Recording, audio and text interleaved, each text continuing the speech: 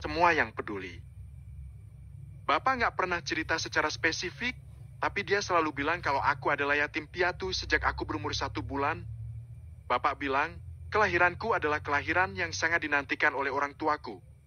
Itu saja. Setelah agak tenang, mereka kembali ke apartemen Airin. Shanum membagi sedikit cerita pada Zahran. Zahran mendengarkannya dengan seksama. Bapak nggak mungkin bohong. Dia akan sayang sama kamu. Dia nggak mungkin menyembunyikan sesuatu yang buruk dari kamu. Kamu mau percaya sama siapa? Mau percaya sama orang iseng tadi? Atau sama Bapak? Tanya Zahran tetap tak melepaskan perhatiannya walau sedetik pun. Biar nanti aku tanya sekali lagi sama Bapak. Nanti kita tanya lagi sama Bapak. Sekarang kan waktunya kita nikmatin waktu liburan kita ini. Iya, maaf ya tadi aku lebay banget nanggepin orang iseng itu. It's okay. Itu wajar sih. Emang dasar bangsat orang tadi. STT, abang. Peringatkan Shanum saat Zahran keceplosan mengumpat dengan kata kasar. Iya, maaf. Ya udah, kamu istirahat ya. Besok kan kita mau tur ke Yarra Valley. Kamu mau lihat sunrise yang beda dari biasanya, kan? Lusa kita akan lihat sunrise dari atas balon udara. Iya, tidurlah. Zahran membuat Shanum senyaman mungkin. Menyelimutinya dan tetap memeluk tanpa melepaskan sebelum Shanum benar-benar terlelap. Tangan Zahran begitu lembut membelai istrinya agar bisa beristirahat dengan tenang, tapi hatinya masih panas dengan kelakukan orang iseng yang menelpon tadi. Siapa orang itu? Memakai nomor Singapura, mengenali Shanum dan juga mengenali Zahran, dan dengan teganya merutuki Shanum sebagai anak haram sampai berulang kali. Setelah memastikan Shanum tertidur, Zahran beranjak keluar kamar untuk mengambil segelas air. Zahran butuh itu untuk menetralkan perasaannya. Zah. Ternyata Airin tidak tidur. Airin juga merasa cemas saat tadi Shanum pulang dalam keadaan yang tidak baik-baik saja. Airin setia menunggu kabar dari Shanum di ruang santai. Sebentar, aku mau ambil minum dulu. Kata Zahran hendak pergi ke dapur yang ada di sudut ruang. Duduklah, biar mama yang ambilkan. Kata Airin sigap. Zahran pun duduk dan menunggu Airin membawakan air minum untuknya. Selang 1 menit, Airin datang dengan sebotol air mineral dingin dan Zahran langsung saja meneguknya dalam 2 kali tegukan. Ada apa? Shanum kenapa? Tanya Airin dengan wajah yang risau. Ada penelpon misterius. Maksudnya gimana? Nelpon ke nomornya Shanum? Terus, apa yang dibilang sama penelpon misterius itu? Beberapa kali dia melontarkan kata-kata nggak pantas. Sama Shanum? Apa yang dibilang orang itu sampai bikin Shanum drop begitu? Anak haram! Airin tercekat. Mendengar jawaban Zahran, tentulah Airin juga merasa murka. Cepat cari tahu orang itu. Zah, aku akan minta Pak Teja buat melacak nomor itu. Nomornya nomor luar, dan beberapa saat lalu udah nggak bisa dihubungi. Ya ampun, pastilah Shanum syak dengar itu. Shanum memang nggak pernah tahu siapa orang tua kandungnya. Pak Dharma sama Bu Yayuk adalah orang tua angkatnya. Tutur Zahran kembali menelisik rasa penasaran Airin. Airin semakin teriris mendengarnya. Tiba-tiba, Airin dan Zahran jadi berbincang akrab. Pembicaraan soal Shanum sedikit mengikis tembok tinggi di antara mereka. Sudah cukup lama Airin tak berbincang membangun topik obrolan dengan anaknya. Takutnya isu itu benar. Sebaiknya kamu lebih dulu tanya sama bapaknya Shanum. Sebenarnya, buat kita sih bukan masalah dari manapun Shanum berasal. Tapi andai ada rahasia besar yang disimpan sama Pak Dharma terus Shanum baru tahu sekarang, itu pasti akan sangat menyakitkan. Airin menyampaikan asumsinya. Itu juga yang ada di dalam pikiran Zahran saat ini. Orang tadi bilang, kalau ibunya Shanum itu seorang lonte. Ungkap Zahran agak ragu, tapi dia merasa perlu membaginya dengan Airin. Airin tercekat lagi. Dia langsung membayangkan dirinya andai dia ada di posisi Shanum saat ini. Zah, apa kamu merasa terganggu dengan itu? Seandainya yang dikatakan sama orang itu benar, apa itu akan mempengaruhi kamu? Tanya Airin agak meragu. Aku nggak peduli. Aku cuma takut Shanum sendiri yang terpengaruh. Tegas Zahran. Airin tersenyum bangga. Ternyata putranya memang sudah dewasa. Sudah tahu mana cinta yang tulus sepenuh hati dan mana cinta yang hanya berdasar nafsu. Ya, itu juga yang Mama takutkan. Aku yakin kalau orang itu juga kanik sama seseorang di sini. Saat tadi aku yang menelpon balik dari ponsel Shanum, entah kenapa dia langsung tahu kalau aku yang sedang menelpon. Aneh, kan? Aku yakin kalau tadi kami sedang diawasi. Benarkah? Ya. Siapa sih orang itu? Aku akan cari tahu siapa dalangnya. Sekarang, yang paling penting adalah kamu harus tetap kuat dan setia sama Shanum. Dia butuh kamu. Yang paling Shanum butuhkan saat ini adalah kamu. Jangan lupa, kamu juga harus bisa kontrol. Selesaikan masalah ini dengan kepala dingin. Jangan sampai meluber kemana-mana dan malah bikin Shanum tambah tertekan. Nasihati Airin. Zahran mendengarkan nasihat itu. Tidak ada bantahan karena apa yang Airin katakan itu benar. Kamu ternyata sudah benar-benar dewasa, Zah. Cintai dan lindungilah wanita yang telah mendewasakan kamu. Bukan Mama, karena Mama sudah terlalu banyak membuang kesempatan untuk menemani kamu di saat kamu sedang butuh perhatian. Ungkap Airin di dalam hati sembari menatap Zahran dengan bangga. Isu liar soal Shanum adalah anak haram, tampaknya tak akan pernah mengurangi rasa sayang mereka terhadap Shanum. Justru yang membuat mereka geram adalah pengaruh terhadap Shanum. Mereka tak ingin Shanum kenapa-napa karena mereka tahu andai saja Shanum mendapati isu itu sebagai fakta, maka Shanum akan sangat terluka. Kamu mau makan? Biar Mama siapkan makanan buat kamu. Tanya Airin. Enggak. Ya udah, sebaiknya kamu ke kamar lagi. Jangan tinggalin Shanum sendirian lama-lama. Dia butuh kamu. Ya. Zahran menurut dan kembali ke dalam kamar untuk memastikan istrinya tidur dengan lelap tanpa terganggu oleh apapun. Airin menatap kepergian Zahran, tapi saat ini dia seperti sedang melihat sosok Zahran saat masih berlarian sebagai anak balita yang nakal. Putranya tumbuh begitu cepat, dan Airin merasa bangga karena Zahran sudah menjadi seorang pria sejati yang penuh dengan rasa tanggung jawab. Oh iya, Zah merasa diawasi. Siapa ya yang kira-kira melakukan ini semua? Gumam Airin dan dia mencoba menyelidiki siapa yang paling mungkin melakukan pengawasan terhadap Zahran dan Shanum. Andre? Duga Airin. Airin malah langsung curiga pada mantan berundungnya. Tapi jika itu benar, kenapa itu mengarah pada Shanum? Zahran mengabarkan soal nomor misterius itu pada Teja dan Teja meneruskan kabar itu pada Ilham. Mendengar penjelasan Teja, Ilham langsung ingat soal informasi tentang Shanum di awal dia mengenal sosok Shanum. Ilham sudah tahu lebih dulu kalau Shanum memang anak seorang pelacur, hanya saja Ilham tak pernah lagi mengorek itu karena sudah terjerat dengan kehangatan dan kelembutan yang Shanum pancarkan. Panggil Hamdan kemari.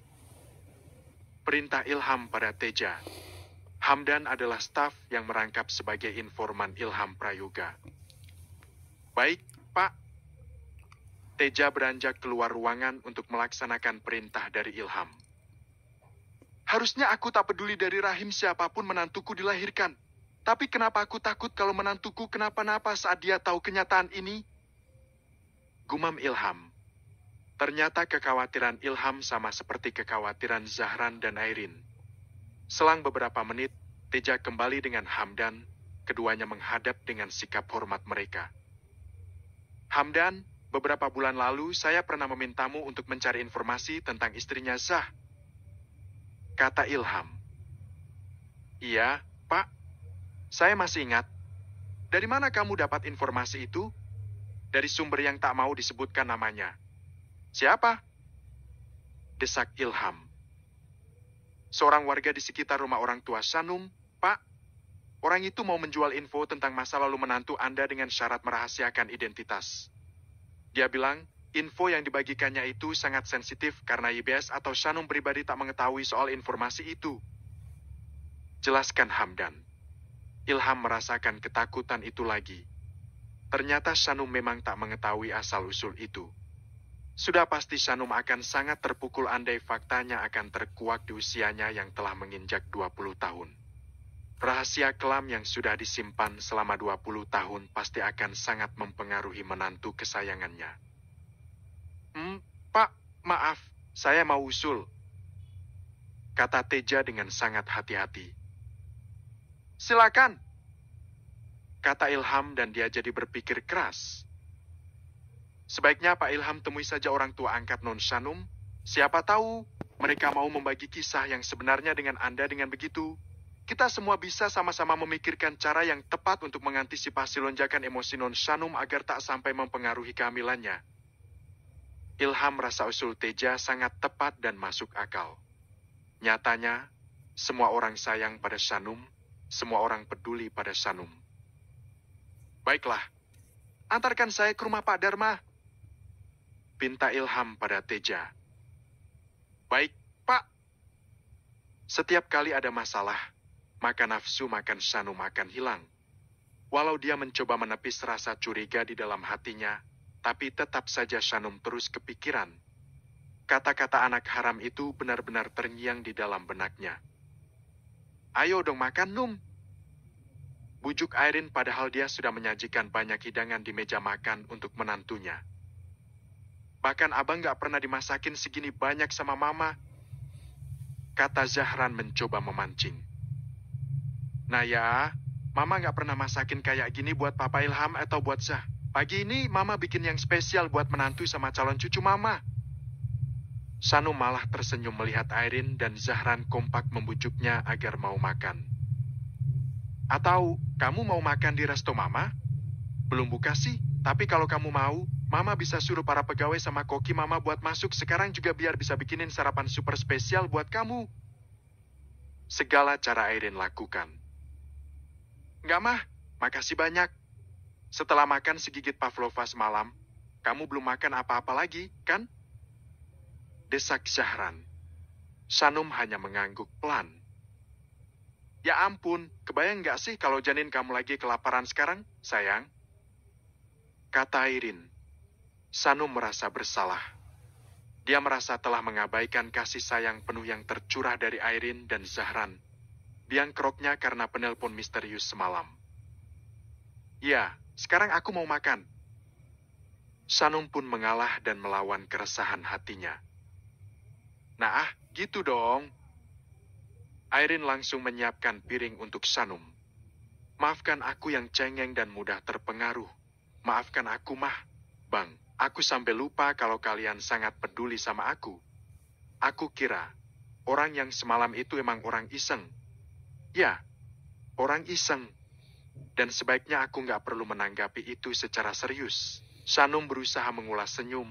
Walau tak dapat dipungkiri kalau rasa gundah gulana adalah yang paling dominan di dalam hatinya saat ini. Mertua yang terlanjur sayang. Ya, sorry ya.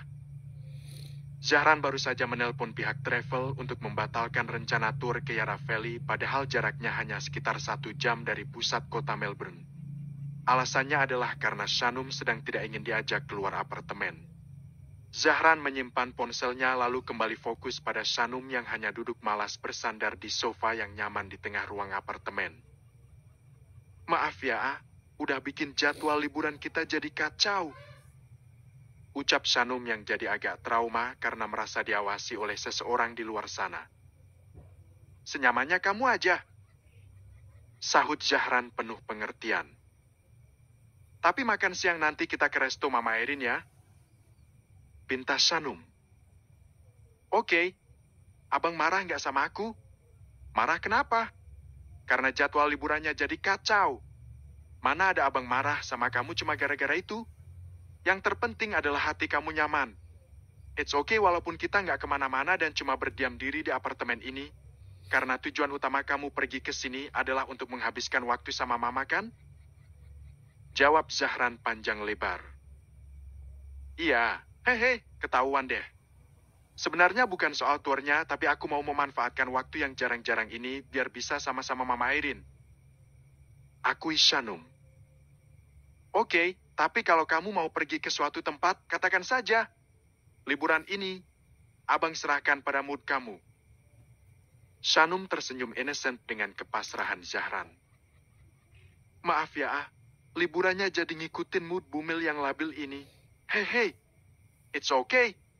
Kamu bosnya, kamu ratunya. Kamu maunya gimana? Kamu mau pergi kemana? Abang ngikut aja. Makin sayang deh sama abang. Ungkap Shanum dan matanya fokus menatap pada sosok penuh pengertian itu. Apalagi abang? Zahran menatap wajah Shanum yang sembab-sembab. Dia merasa menyesal karena liburan pertama istrinya ini diwarnai dengan kejadian yang sangat mengganggu sehingga mengacaukan segalanya. Jangan sedih lagi ya. Pinta Zahran lalu membelai kepala Shanum dengan lembut. Iya, lupain aja orang iseng itu. Sahut Shanum sok yakin. Harus. Sebentar lagi kita keluar ke resto mama. Oke. Akhirnya, mereka menghabiskan waktu liburan hanya dengan saling bermesraan di apartemen sang mama. Shanum memang perlu waktu untuk menetralkan kembali perasaannya yang rapuh gara-gara orang suruhan Diana semalam. Untungnya Zahran tak mempermasalahkan itu walau dia sudah membayangkan momen yang indah di tempat-tempat yang indah yang sudah dijadwalkan. Saat pergi, Irene bilang akan pergi ke resto, padahal Irene langsung mendatangi mantan berondongnya di apartemen lama. Wah, kejutan! Ada apa kamu kembali, sayang? Kamu gak bisa hidup tanpa aku, kan? Sapa Andre mantan berondong Irene. Aku mau bicara. Serius. Kita bicara di luar. Kata Irene dengan tegas. Gak mau bicara di dalam aja. Siapa tahu kamu kangen sama sentuhanku. Goda lelaki 32 tahun itu dengan tatapan mesumnya. Aku sudah tak tertarik lagi denganmu, Andre. Please, aku mau bicara soal urusan lain. Singkirkan pikiran gilamu dan ayo kita bicara di luar. Tegas Irene dengan sikap yang dingin. Soal apa? Soal menantuku. Andre berhenti bersikap tengil dan mulai agak serius. Gelagatnya memang langsung mencurigakan. Memangnya apa hubungannya aku dan menantumu itu? Tanya Andre. Jangan pura-pura nggak tahu. Kamu bekerja sama dengan seseorang untuk mengawasi keberadaan anak dan menantuku di sini, iya kan? Memangnya menantumu itu orang penting? Untuk apa aku mengurusinya? Katakan saja, Andre. Kamu bekerja untuk siapa saat ini? Desak Irene. Tidak untuk siapa-siapa. Sayang. Stop bilang aku sayang. Sergah Irene kesal dan sudah lama tersadar kalau perbuatannya dengan Andre ternyata sangat menggelikan dan menjijikan. Aku kira anak dan menantumulah yang mempengaruhi kamu untuk mulai menjauh dariku. Ucap Andre terlihat sebal. Memang seharusnya begitu. Selama ini aku sudah sangat keliru karena bermain-main denganmu. Oke. Pengaruh menantumu yang so alim itu memang sangat kuat ya, sampai membuat kamu jadi gak asyik lagi kayak dulu. Stop, Andre. Sekarang katakan saja kebenarannya. Kamu memang bekerja untuk seseorang kan, untuk mengawasi anak dan menantuku? Kalau mau membahas itu, sebaiknya kita akhiri saja perbincangan ini. Datanglah kalau kamu mau kembali ke pelukanku, tanteku sayang. Kata Irene dengan sikap yang sangat menjijikan. Ih, sialan! Lihat saja kalau kamu macam-macam dengan anak dan menantuku. Aku akan buat kamu menjadi gelandangan di kota ini, Andre. Ancam Irene dan rasanya percuma dia mengorek info dari Andre saat ini. Andre sedang dalam mode hyper. Irene takut kalau pemuda 32 tahun itu malah berbuat kasar padanya. Lakukan saja kalau memang kamu bisa, sayang. Seru Andre saat Irene pergi dari hadapannya begitu saja sebelum sempat masuk ke dalam apartemennya. Ya, aku yakin. Aku yakin kalau kamu memang ada hubungannya sama kejadian semalam, Andre. Kamu memang benar-benar toxic. Gerutu Irene lalu pergi masuk ke dalam lift agar bisa cepatnya dari sana dan kembali ke resto sebelum Zahran dan Shanum datang berkunjung. Sementara itu, di Jakarta, Dharma kembali dikejutkan dengan tamu yang datang ke rumahnya. Betapa kagetnya Dharma dengan kedatangan Ilham dan Teja. Silakan, Pak. Silakan. Maaf kalau tempatnya mungkin kurang nyaman untuk Anda. Terima kasih, Pak Dharma. Bu, tolong buatkan minum.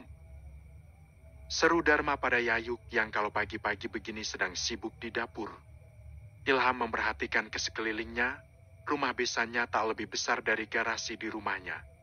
Ilham membayangkan bagaimana menantunya hidup dan tumbuh di lingkungan itu. Ada Pak Ilham. Yayuk muncul dengan nampan berisi minuman dan langsung memberi salam setelah meletakkan gelas-gelas itu di atas meja. Sepertinya kedatangan saya cukup mengagetkan ya, kata Ilham berbasa-basi. Jujur saja, iya, Pak. Saya sangat terkejut kedatangan tamu penting di pagi ini. Tukas Dharma dengan canggung. Ya, maaf ya, saya jadi mengganggu aktivitas Anda. Tidak apa-apa, Pak. Kalau tahu Pak Ilham akan berkunjung ke rumah kami, mungkin kami akan menyiapkan sesuatu untuk menyambut kedatangan Anda. Tidak perlu. Lagi pula kedatangan saya memang sangat mendadak, tidak sempat membawakan buah tangan. Nggak apa-apa, Pak. Kami malah merasa terhormat karena Pak Ilham mau berkunjung ke rumah kami. Mereka masih berbasa-basi dan Ilham sampai tak tahu harus memulainya dari mana. Maaf, Pak, ada jadwal meeting dengan Mr. Smith 1 jam lagi. Bisik Teja mengingatkan. Ilham pun mengerti dan dia harus segera mengutarakan maksudnya agar tak mengganggu agenda kerjanya hari ini. Sebenarnya, kedatangan saya adalah untuk membahas sesuatu yang cukup sensitif. Seharusnya, saya datang di waktu yang luang, tapi saya merasa perlu membahas ini secepatnya, oleh sebab itu saya datang mendadak pagi ini. Dharma dan Yayuk menyimak dan sangat penasaran. Oh, silakan, Pak. Silakan kalau memang ada yang perlu dibicarakan. Apa ini? Soal Shanum dan Zahran? Tanya Yayuk teramat kepo. Iya, soal Shanum lebih tepatnya. Dharma dan Yayuk agak tegang. Belum hilang rasa tegang mereka karena kedatangan Diana kemarin. Sekarang ditambah lagi dengan kedatangan Ilham dan sekretaris kepercayaannya. Langsung saja ya, saya nggak bisa banyak basa-basi, kata Ilham. Ya, silakan Pak. Ilham diam sejenak dan berharap tak terjadi kesalahpahaman dengan besannya itu. Dharma dan Yayuk menunggu dengan hati berdebar.